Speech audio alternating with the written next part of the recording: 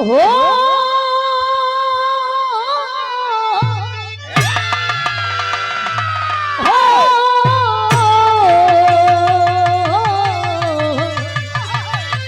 सवरिया भोले बाबा जोगिया होरा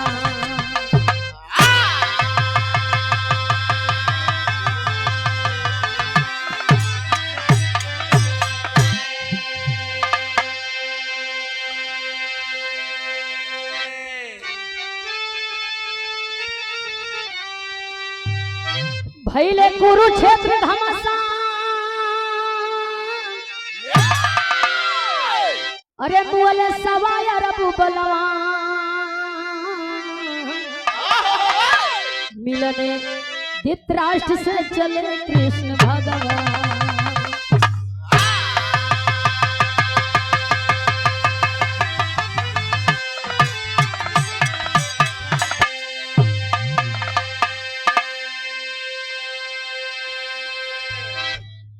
महाभारत का लड़ाई भई। महाभारत के लड़ाई में तमाम वीर योद्धा मारल गईलन।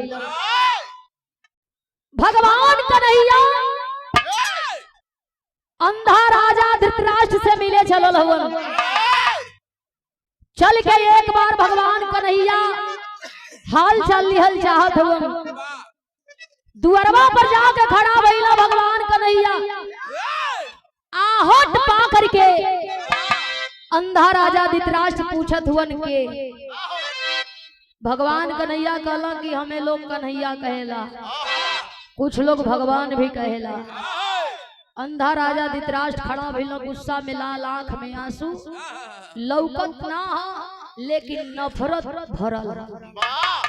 अंधा राजा धृतराष्ट्र पूछे लगल कैसे आवल गई। भगवान कन्हैया बतावे आपका बेटवा मारल गईला कुरुक्षेत्र के मैदान में। सोचली कि चल के एक बार आपका हाल चाल कली, यही बदे आई है। अंधा राजा धृतराष्ट्र अखिया का आंस पोछलन, लौकत ना लेकिन भगवान कन्हैया के धिक्कारत हो। वाह, लोग मदन मुरारी कहेला, लोग बाल गोपाल कहेला, लोग कन्हैया कहेला, माखन चोर कहेला। जरला पर नमक दरे आइला, मजा लेवे आइला। 100 गो हमार बेटा मरा गइला, अब मरवावे वाला तू ही हाल चाल करे आ गइला। सोचे वाली बात है। अंधा राजा धृतराष्ट्र बैठावत ना हो, गुस्सा में ताना कसत हो। कला का महाराज दूसर के हु पूछत समझ में बतिया आवत, लेकिन तू ही पूछत हुआ, एकर मतलब मजा लेत हुआ। भगवान कन्हैया कहला कि हम मजा ना लेते, तोहे गलत फहमी हो गई बा। इत्मीनान से बैठ के 5-10 मिनट डिस्कस कला। जब भी डिस्कस हुई तोहरे जितनी दिमाग में गलत फहमी भरल बा मैं निकल जाई, हम निर्दोष साबित हो जाई। अंधा राजा धृतराष्ट्र कहलन कि यहाँ डिस्कस नहीं खे करे के, यहाँ तो हमके बैठवला का हमके कोनो शौक नहीं खे। जवना रास्ते आइल बड़ा वही रास्ते चल जा, भगवान केहू और खाती हुई बा, हमारी खाती तू हमार दुश्मन हुआ। भगवान कन्हैया पर आई बैठ गईला। कला कि ना बैठई बा, हम जानत हैं तुमके नफरत बा, गुस्सा बा, लेकिन हम बैठब आ जवले तुहार गलत फहमी दूर ना करत तोले जाई बोई। भगवान कन्हैया जब बैठ गईला तब मजबूर हो गईला अंधा राजा धृतराष्ट्र, और वही भगवान कन्हैया से सवाल कइलन। गीत लगल बा, का कहे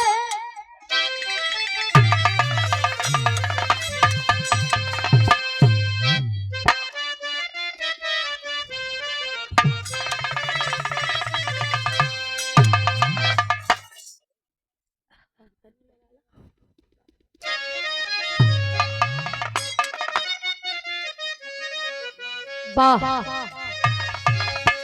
पुराण गीत आ पुराण भीत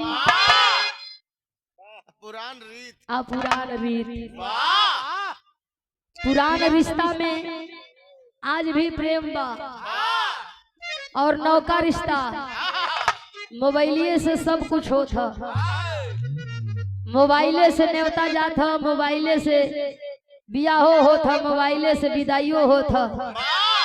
बाकी वो जमाना पैदल आदमी जाए सवेरे का निकलल साझी का पहुँचे, बड़ा दुलार रहे, पाहुन आ गई ना, बहनोई आ गई ना, भेली का पानी जब एगो भेली का पीड़िया खाए दारू ठंडा जाए।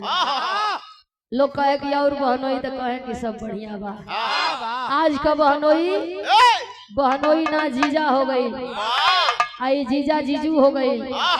ई जीजू अनहरवे जात हो कुल अनहरवे भाग आवत हो कुल करे फलनिया तोरा आइल कल। हाँ आइल तो रहल रे, लेकिन कोनो मतलब बा उहे कुकुरे निहर आइल कुकुरे निहर गई।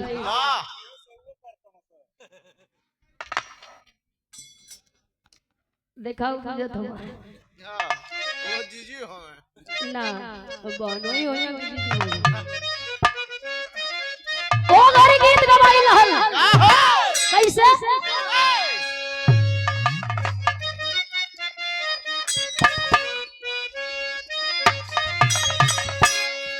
अरे तूने गज बुरा चाहा भगवान, तूने गज बुरा चाहा भगवान, खिलौना माटी का।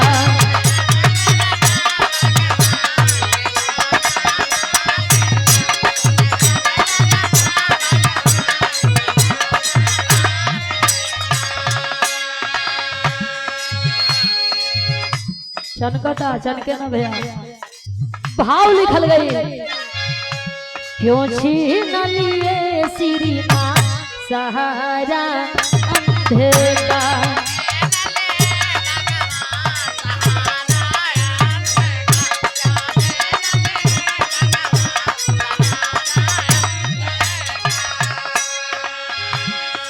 रोवती बानी लाल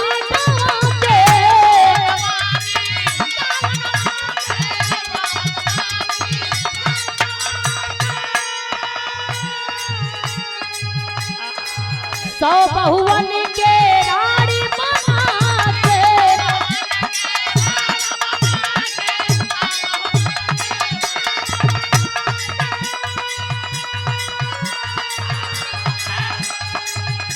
निकसे ना पापी परा सहारा अंधेरा।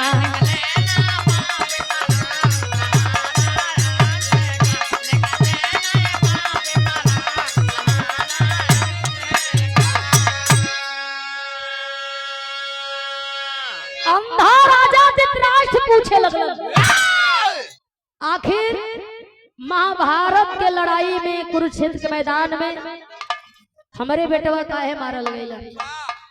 भगवान हुआ तुहके सोचे के चाहिए कि हम आंखी का आना रही और बुढ़ौती का सहारा बेटा होला जवने बेटवन के तू मरवा दिहला। 100 गो बेटा मरा गईलन, ओ बतिया का हमके दुख ना बा। घरवा में हमार 100 गो जेवन बहू ही पतो बानी, उस सफेद साड़ी में अपन दिन बितावत हुई हम जब महसूस करत आनी तो हमार करेजा फाटता। बेटवन के छोड़ देले होता, दुश्मनी तुहके रहे, मारे के रहे, हमके मार देले होता। ऐसन काहे कइला? आखिर हमसे का भूल भइल है, का दोष भइल है? भगवान कन्हैया हंसे लगला, कहला कि बार बार तू हमें दोष देत हुआ, बार बार तू इल्जाम लगावत हुआ, हाथ जोड़त हैला। तोरे बेटवन के हम ना मरले है ना मरवले है। अंधा राजा धृतराष्ट्र कहलन कि मजाक कइल छोड़ा, तू अपने घरे हम अपने घरे, लेकिन ठीक ना भई, जीवन भी भई। भगवान कन्हैया कहला, ए महाराज तू तब्बे से कहत हुआ या हम सुनत हई, 5 मिनट खाली हमार कहानी सुन लो, हो सके कि तुहार सवाल जितना बा उतना उत्तर तोहे मिल जाए। अंधा राजा धृतराष्ट्र बैठ गइलन, गुस्सा तो बटले बा, कहलन की बतावा का कहे के बा। भगवान कन्हैया बतौला का कन्हैया है, कहियो त्रेता का राम रहली, राजा दशरथ का बेटा। अंधा राजा धृतराष्ट्र कहलो कि बस द्वापर का बात छोड़ दा, तो के हम त्रेता में लेके चलत है 10 मिनट खाती, त्रेता का सारी कहानी बताई, हो सके कि तुम्हारे सवाल का जवाब मिल जाए।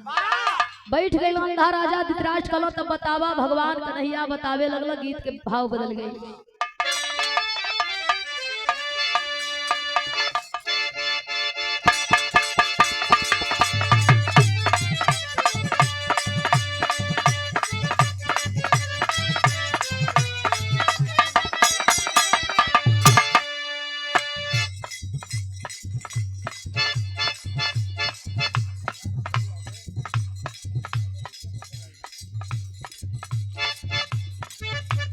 इकोनो दुल्हन कहतिया दिहले दरदिया करही नैया मन दो तू हर भैया।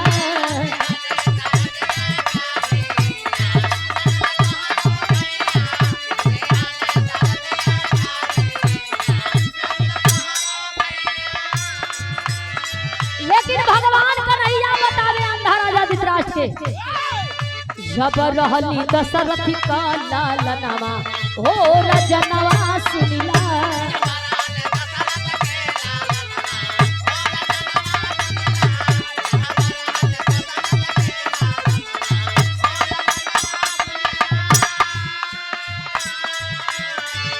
अरे हो रजनवा सुनिला, अरे हो रजनवा सुनिला।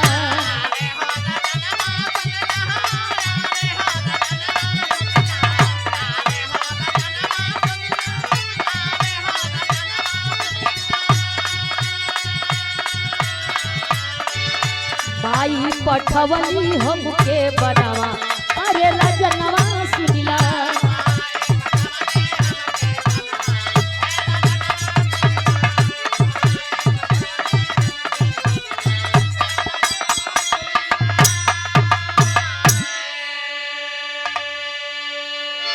भगवान कन्हैया बतावे लगलन, त्रेता में हम राम रहली, राजा दशरथ का बड़का बेटा, सयान हो गईली, बाबूजी का इच्छा भइल कि राम के राजगद्दी दिहल जाओ। ओही समैया हमार माई कई अनशन पर बैठ गईली।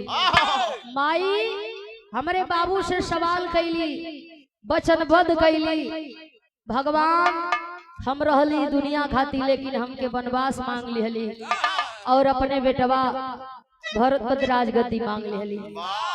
हमार बाबूजी बड़ा परेशान भइल, रोवल गिड़गिड़ैल, लेकिन माई एक ना सुनली। जब हम घरवा में से जाए लगली तो हमारे पीछे जानकी भी जाए लगली, और जानकी के पीछवा हमार भाई लक्ष्मण भी जाए लगली। उहे हमार माई कई अली घरवा में से 3 गो फल लेके हमके थमा के आ विदाई कैली।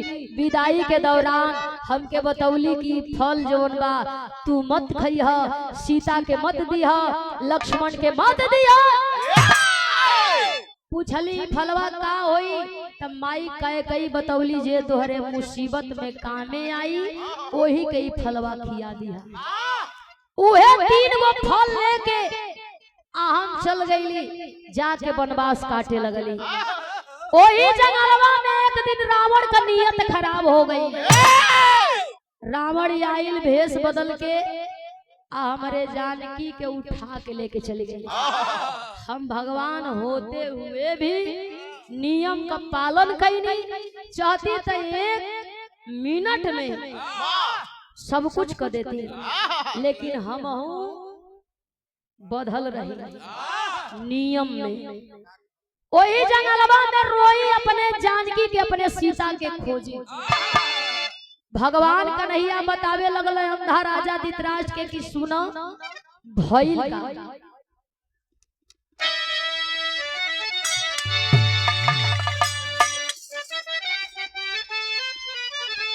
यो गीत मार्केट में खूब चलल हो भैया।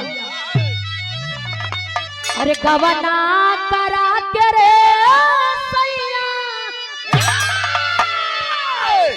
अरे हारी में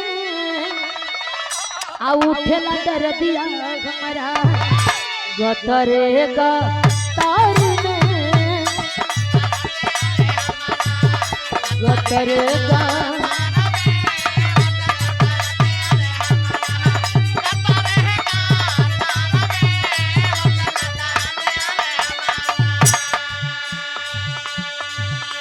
और ये पुनः दूसरे बार का पुरस्कार तन्या टेंट हाउस भाई के चरणन में कोटि कोटि प्रणाम। भैया के सेवा का मौका आप लोग दिहल जाई। अंधा राजा धृतराष्ट्र पूछे लगला का भाई रावण लेके चल गई तो फिर जानकी अइली कि ना अइली। भगवान कहलन कि सुना बतावत है आंख मुलकाई मुलकाई बतिया सुनत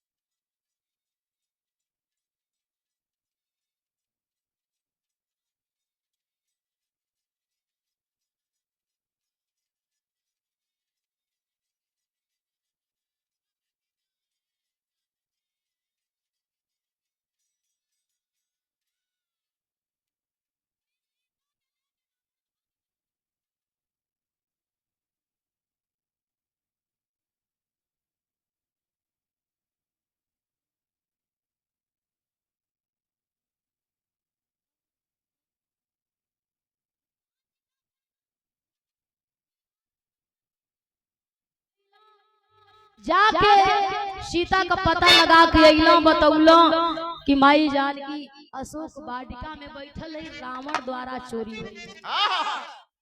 तनी सा हमें तसल्ली भई खुश भई होश पड़ल कि माई हमके 3 गो फल दिहले रहे। हाथ डलनी झोरिया से एगो फल निकाल के हनुमान जी के दे दियली। माई कहले रहल कि विपत में जे काम में आई वही के खियई है। फल जब हनुमान जी पौलो चपकाई चपकाई खइलो एओ जनाव बनावल गइल। आखिर जानकी अइहा कैसे उहे हनुमान जी कहला कि चिंता मत करी प्रभु जब पता हम लगौले बानी तो हम ही व्यवस्था बनाई जानकी अइहा। उहे हनुमान चलल लंका पर पुल बनल आ वही हनुमान की मदद से हम लंका पर चढ़ाई गई। भालू बंदर लेके गईली विशाल रावण के मार के आ अपने जानकी के लेके अंधा राजा धृतराष्ट्र कलन की खुश हो गईली। जब पुलवा बनल लंका पर तो फिर झोरी में हाथ डालनी आ एगो फल निकाल के हनुमान जी के दे दिया।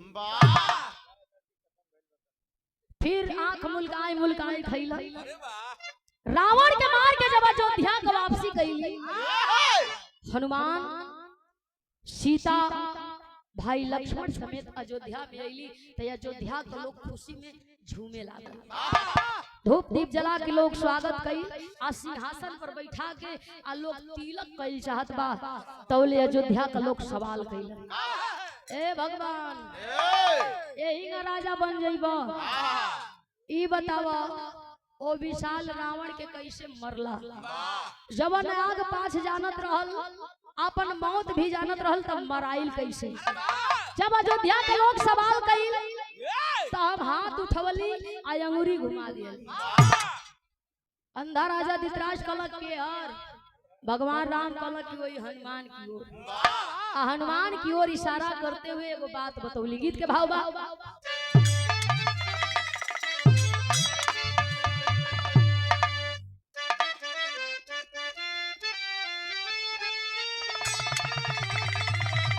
अरे प्रभु आप बसो वृंदावन में,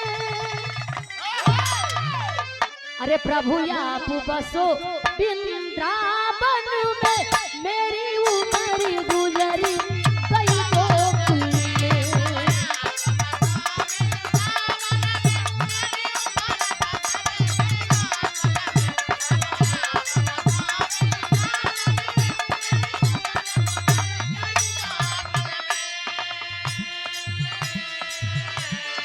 लोग सवाल कैलो तो हम बतावे लगली, ओ रावण के हम ना मरली, सबके मारल।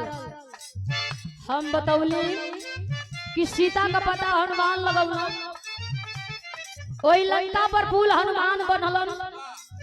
आये हनुमाने के चलते रावण मराइल, तो हम ना ये हनुमाने मरलन। अयोध्या के लोग हंसे लगल, हे भगवान हे बनरा खानी हमहन के बानर बुझले बड़, हमहन बगलाई नहीं जा, हाई बानर हो के रावण के मरला। मजाक मत कर, लोगन के विश्वास ना हो बात पे। लइकवा गइला कुल अलियाई के डंडा लगला से खोदे ओई हनुमान जी के। ए बनरा तू रावण के मरले, ए बानर तू रावण के मरला घोड़र। खोदा थमन से लइका जे हर हनुमान घूमे वो हर डंडिया मौसम हनुमान जी पू ई जान बचावत हो। भगवान बतावे लोगन से कहे धरती बड़ी सब गूंजलिबा बजरंग बली के डंका से।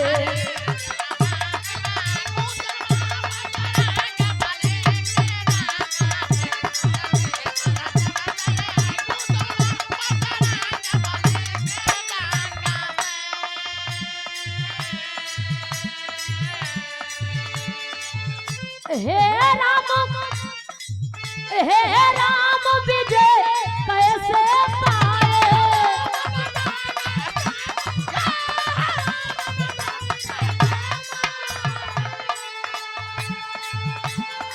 हे राम विजय कैसे पाए,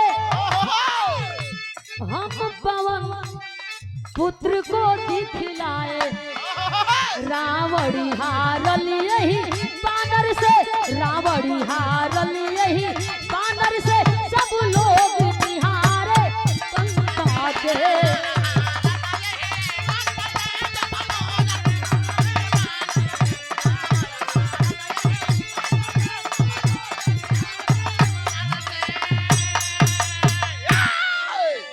भगवान राम बतावे लगलन, सीता का पता लगौला, लंका पर फूल बनला, लंका गई है जरौला।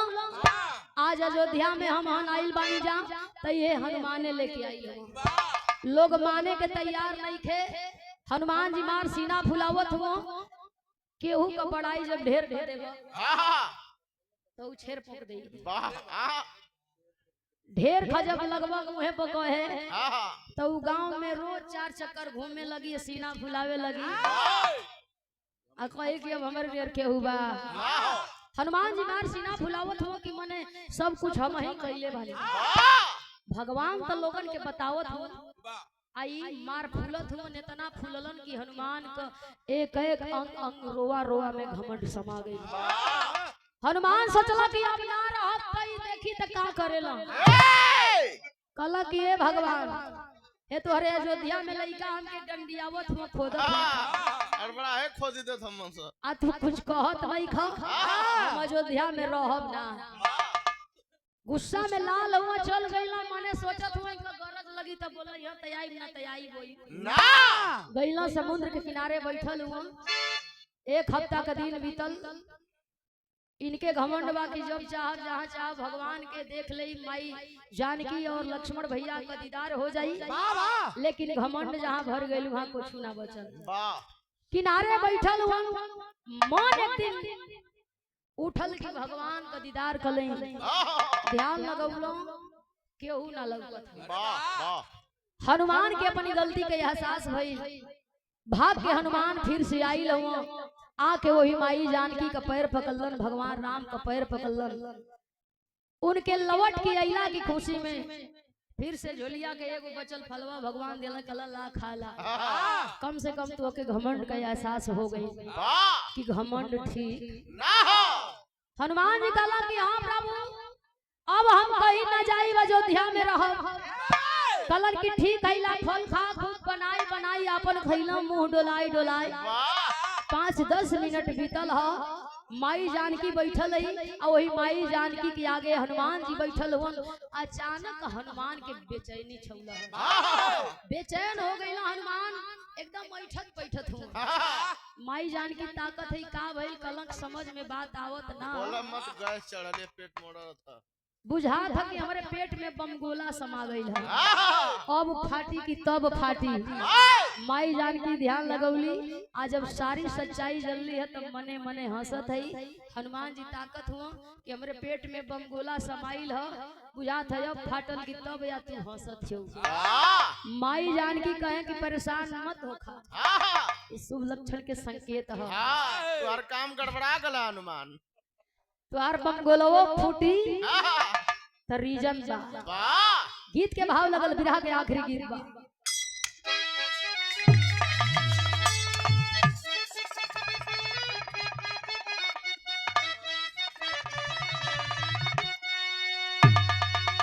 कैसे अरे हाथ में मेहंदी मांग से धूरवा, हाथ में मेहंदी मांग से नूर बर्बादी कजरावा हो गई बर्बादी कजरावा।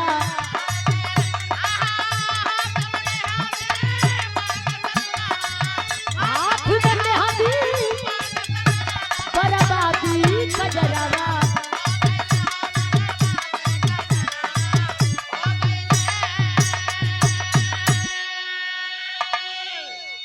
फल खाए बजरंगी बली हो, अरे फल खाए बजरंगी बली तब लाली नयनवा हो गई तब लाली नयनवा।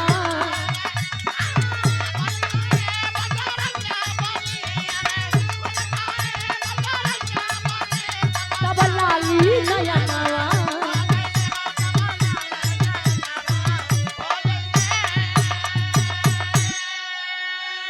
आगी लागल दहिया में, अरे आफत में परनवा हो गईले। अरे 101 की खंडी तुरते हो गईले, 101 की खंडी तुरते हो गईले। सासत में परनवा हो गईले, सासत में परनवा।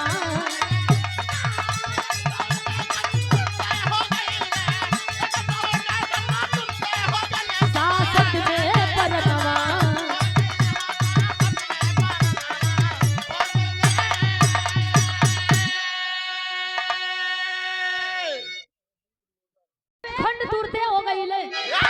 सासत में परनवा हो गई। समय हर एक चीज का सुनिश्चित कही गई बा। समय सुनिश्चित बा। कब नौकरी मिली, कब छोकरी मिली। काहे भिनगा था? नौकरी में छोकरी बटा थी काहे करी। कब घर बनी, कब मौत आई, कब आदमी मर जाई। डिबावा में कब कसाई लोग। समय से पहले भाग्य से ज्यादा न कोई के कुछ मिलल न कोई के कुछ मिली। हाँ, कर्म प्रधान होके के चाहिए, कर्म से इंसान के चूके के ना चाहिए। लोग कहता कि सफल इंसान के हाथे मेहरारू, सफल इंसान के पीछे मेहरारू के हाथ बा। वाह वाह, यही से डिब्बा में कसा जाता लोग। हाँ, हरियर का डिब्बा बंद, कंपनी बंद हो गई। ए भैया, हनुमान जी का शरीर फटल जैसे विस्फोट भई। 101 बानर, 101 हनुमान हेती हेती हेती हेती मार चारी ओर दौड़त हुआ कूदत हुआ। बारो जो दिया जंगिया लेके दौड़े। माई जानकी हंसत है। हनुमान जी पूछत हुआ का ह कहली कि पहले ही बतौली कि हर एक चीज बनावल गई बा तो ओकर समय समय पर यूज करे खातिर, समय समय पर ओकर जरूरत पूरा करे खातिर, समय समय पर चाहे कपड़ा होखे, भोजन होखे, चाहे नींद होखे, सब समय समय पर सबका समय बनावल है। अच्छा लागेला और सबका समय बनावल। ई बनरा पैदा भइल हुन त कारण बा हनुमान जी कहला कि हम से हम भीख बनी। हमके तो अपना आप पर लाज लागत बा आ तू कहतारू कि कारण बा, रीजन बा, हमके बताव। माई जानकी कहली कि ए घड़ी ना बताई, समय आई बिन बतावे तू जान जाई, बस सब जान जाई। हमहन का जितना उम्र समय रहे त्रेता युग में बितौली, अब मुलाकात हुई द्वापर में। लोग कहला कि हनुमान जी अमर हो, सब मरल हो भैया, हनुमान जी का मौत ना भाई, ना भाई। हनुमान जी के अमर बतावल जाला। भाग के गई ना भगवान राम की आगे हाथ जोला, कला माई जानकी मजाक करत है। भगवान राम हंसला कला कि हम भले भगवान दुनिया बदले लेकिन मरे के तो हम हो। विधि के विधान में जो लिखल बा उ होई कि हम टार और पाइब ना। हनुमान जी कहला कि हम चाह दई तो द्वापर से त्रेता, त्रेता से फिर सतयुग लिया दई। हाथ जोलना भगवान कहला कि प्रभु ऐसा गलती मत करिए, नहीं सृष्टि का जवन नियम बा ओकर उल्लंघन होई, हमहन का फिर मुलाकात होई। कला कैसे? कला कि द्वापर में होई हम कन्हैया बन के आई और राधा बन के आई हम, लेकिन तुह के पहचाने के होई। हनुमान जी कहला कि हम इंतजार कहाँ करब? कहला कि जहाँ भाग के गई रहला वही समुद्र के किनारे पहुंच गई ला, वही जा लगला गदा भाजे, जय श्री राम, जय श्री राम। हनुमान जी रट लगावो थुन। लोग कहेला राम ना चले हनुमान के बिना चले, हनुमान न श्री राम के बिना। एक दूसरे के देख के भी लोग चले। ई जवान 100 बनरा पैदा भई रहला, इन्हन का कारण रहल पैदा भइला का। माई जानकी पहपट के भाव बतावत।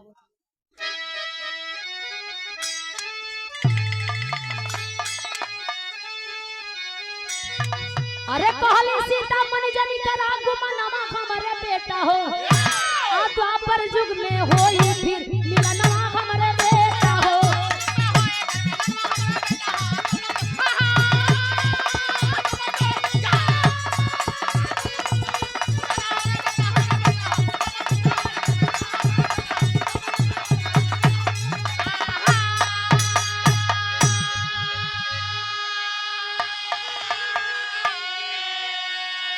यही माया मोह संसार में रह के हरि का ध्यान लगई हो।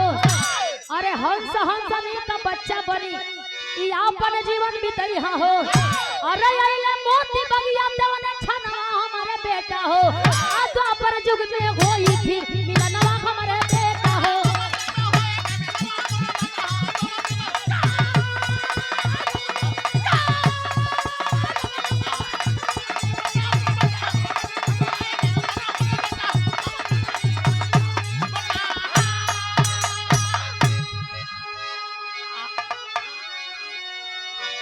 द्वापर युग में होई फिर मिलनवा हमरे बेटा हो। द्वापर में हमहन का मुलाकात हुई, लेकिन आई जब 100 बनरा हुआ, इन्हन का मौत हुई। और इन्हन का मौत भइला के बाद फिर जन्म हुई। जन्म कहाँ हुई? यही त्रेता में एगो राजा हो जेकर नाम मोती है।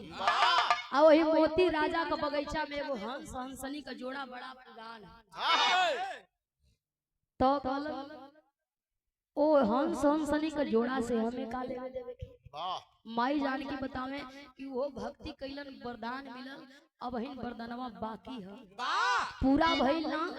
अब उन्हन का बारी है। बुढ़ौती तो आई गई है, लेकिन बुढ़ौतिये में वो 100 गो बेटवा का माई बाप बनी। हनुमान जी बाय बाय टाटा करके चल दिया।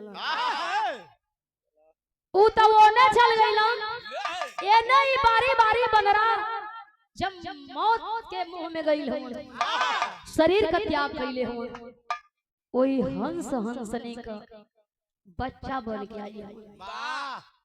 आल्हा का लाइन लिखल गई बा,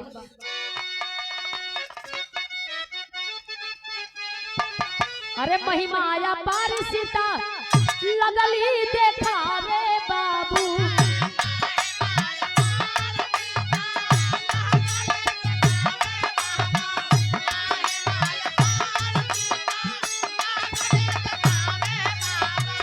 हंस हंसनी का बचवा पहिले देखया,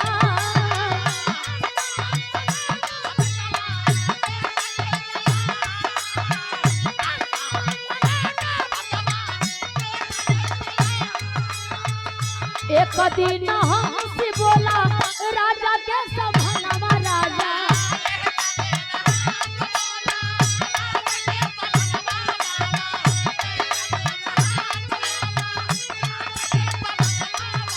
और तीरथ पर जाई वो बुढ़ौती गईलिया,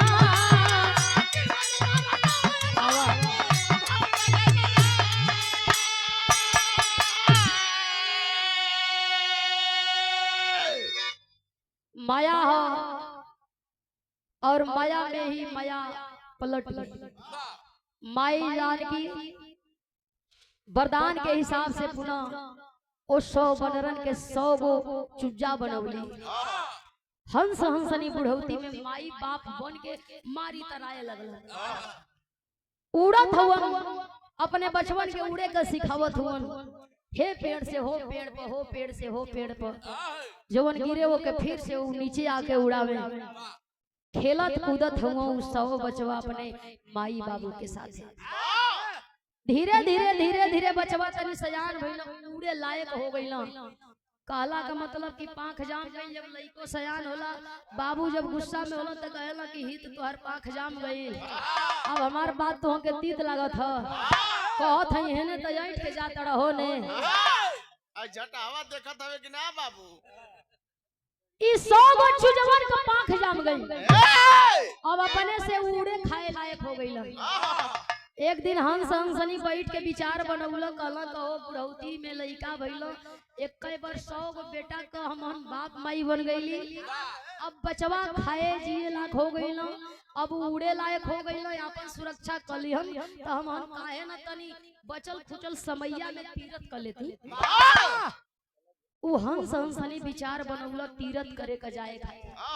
भगवान कन्हैया बतावत हो, अंधा राजा धृतराष्ट्र सुनत हुआ। अंधा राजा धृतराष्ट्र कहला कहो कन्हैया, उ हंस हंसनी तीरथ करे जाए खातिर तैयार भइल। भगवान कहला हां, भगवान कहला कि हां, उ हंस हंसनी तीरथ पर जाए का तैयारी कइला। अंधा राजा धृतराष्ट्र कहला त आदमी ले बढ़िया तो चिरैये चुरुंग हम कि तीरथ करे जाए का तैयारी कर लियला। वाह, अपने मन ने ही बड़ा इनका मशीन सही पकड़त ना, छोड़त पकड़त ही। अंधा राजा धृतराष्ट्र कहला तब का भई। भगवान कन्हैया कहला कि हमार कहानी 2 मिनट और बचल सुना। बैठल हुआ अंधा राजा धृतराष्ट्र, आंख मुनले हुआ, हाथ पांव धइले वो सुनत हुआ, कहला सुनावा। भगवान कन्हैया कहला कि वो हंस हंसनी तीरथ पर चल गई ना, लेकिन जाए से पहले अपने 100 चूजन के 100 बेटवन के वही मोती राजा के हवाले सौंप दिया कि राजा के देख रेख में रही हम तो हमने के बचवन के खरोच ना जाए। वो तो तीरथ पर चल गई, लेकिन एक दिन मोती राजा बहेलिया के बोलौला। अंधा राजा धृतराष्ट्र कहला तो बहेलिया के बोला के कैलाश का। भगवान कन्हैया बतौला, उ मोती राजा बुलाए के बहेलिया से कहला कि सुन, हमार जीव जो न सोइला गइल, हमके चिड़ई का मांस खाए के मन करत है। अंधा राजा धृतराष्ट्र कहला तो चिड़ई का मांस खाए खातिर मोती राजा कहला तो बहेलिया लिया के खियौला कि ना। भगवान कन्हैया कहला कि बताओ उहे बहेलिया राजा के आदेश का पालन कैला, आ गइल जंगलवा में धनुष पर बाण चढ़ौला, नजर पड़ल वही चुज्जा पर। सोचा था कि का है हर हर जाई जब राजा के बगीचे में इतनी निमन निमन हंस तो काहे ना यही में से रोज दूगो मारी आ बनाई है राजा के खियाई। ओकर आदत रहे भोरे में आवे लगावे धनुष बाण मारे दुई जानी के नीचे गिरावे छान के लेके जा गरम पानी में बोरे पखुड़ा उखारे खूब बढ़िया से पकावे गरम मसाला डाल के और राजा के आगे ले जाके रखे राजा खींच खींच के खाए शुरुआत पी पी के खाए आँख को रोशनी धीरे धीरे बढ़े लगा कि मिजाज एकदम खुश हो जाता। अब धीरे धीरे पहेलिया ओ 100 चुजवन के मार के पकाई के राजा के खिया गल। राजा खुश भइल ओके आप हम जतनी खुशी से सोना चांदी बुझाए दान करे रोज लेके जाए झोरी भरे तो काटत बा रोजी रोज कर जब सोना चांदी पावे तो ऐसे फेंके पीठी पे बैठत जाए मेहरारू से कहे देखली कमाल का जन भी मेहरारू कहे हमें लगा था पाप का कमाई है बहुत जल्दी नरके जाइबा ई माने थोड़ी ए भैया ऐसे करत करत 100 चुजवा राजा खाई गल। भगवान कन्हैया कहानी बताओ तो अंधा राजा धृतराष्ट्र खड़ा भइल एकदम गुस्सा में लाल तमतमाइल हो गलत का भगवान उ पापी राजा 100 गो चुजन के मरवाई के खा गई। अगर हम रहल होती हमरे सामने ही घटना घटल हो तो वो के फांसी पर टंगवा देले होती।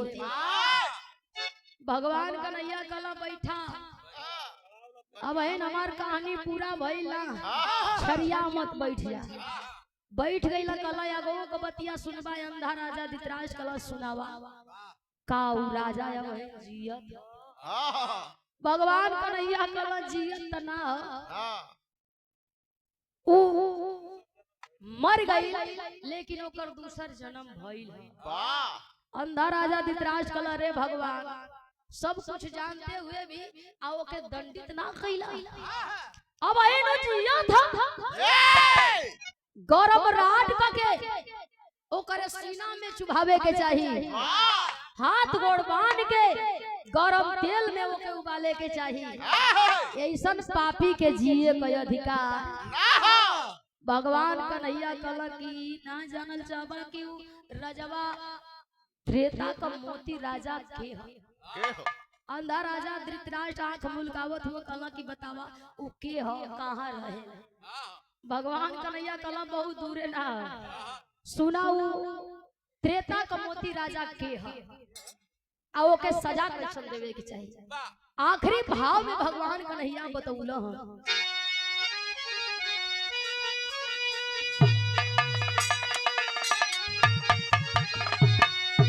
अरे त्रेता युग का तू ही और त्रेता युग का तू ही मोती राजा पपिया तो जैसन कैला वैसन पवला फूटल तू अखिया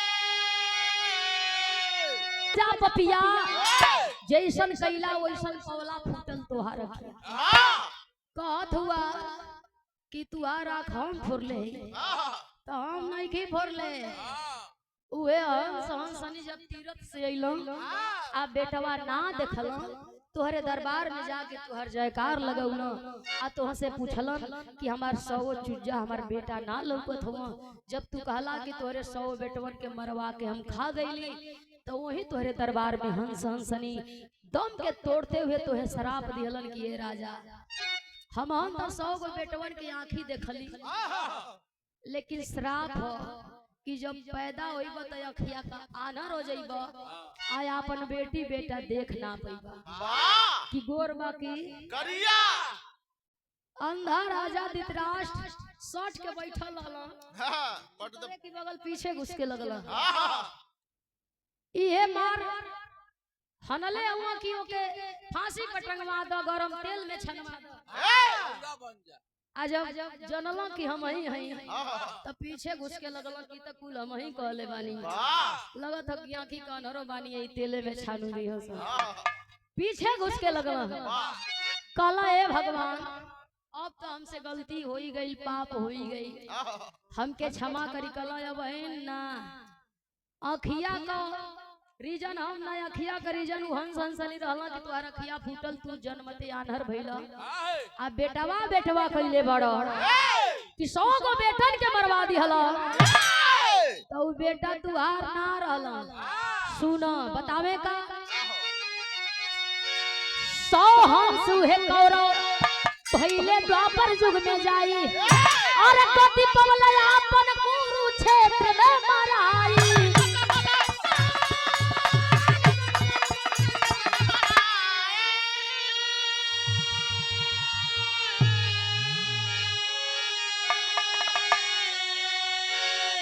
जेवने बेटवा खातिर रोवा तड़न उ बेटवा तुहार ना, ओही हंस हंसनी का 100 गो चुज्जा तुहार बेटा बन के आइला।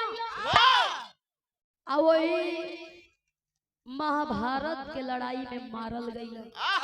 जैसे धनुषिया पर बड़वा तान तान उ 100 गो चुजवन के मरवौले रहला, वैसे ही धनुष्मान से तुहार बेटा महाभारत के लड़ाई में मरा गईला। उ 100 बेटा तुहार ना रहला। अंधा राजा धृतराष्ट्र रोवे लगला, भगवान का पैर पकड़ लिहला, कहला हे मालिक कहला का मतलब ई बा कि जे जैसन करी वैसन भरी।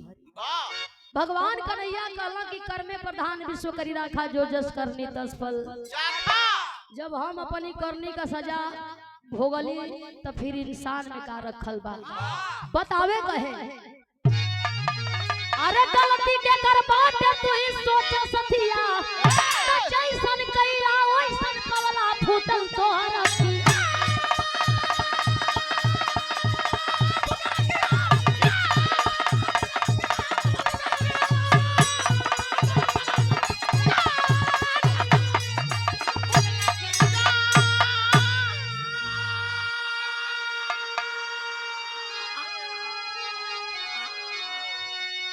और सादर पुरस्कार राधे शिव। कहल जाला कि शमशान घाट सब मने बराबर, शान मने घमंड। घाट मने जहाँ जाके सबके जर के बुता के राखी हो जाए के बाद। 13 ही का मतलब 13 दिन में जितना क्रिया करे के होला लोग कह लेला, और 13वें दिन आत्मा का लोग विदाई करेला। घर परिवार मिल करके, हितनाथ मिल करके सब लोग भोजन करेला। सबकी भोजन का मतलब ना निकलेला जब बोले सुपन भगत लोग ना खाला। ई लोग खा लिया 5 बेर बोल दिया जग पूरा हो, तो माना कि जग पूरा जाए के तो बटलेगा।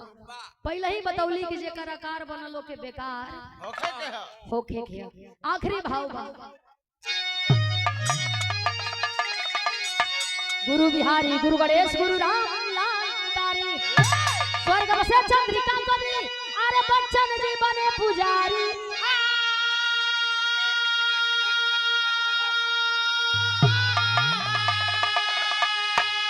अरे बजरंगी तन में लागल यगिया, मीनाक्षी संतोष कवि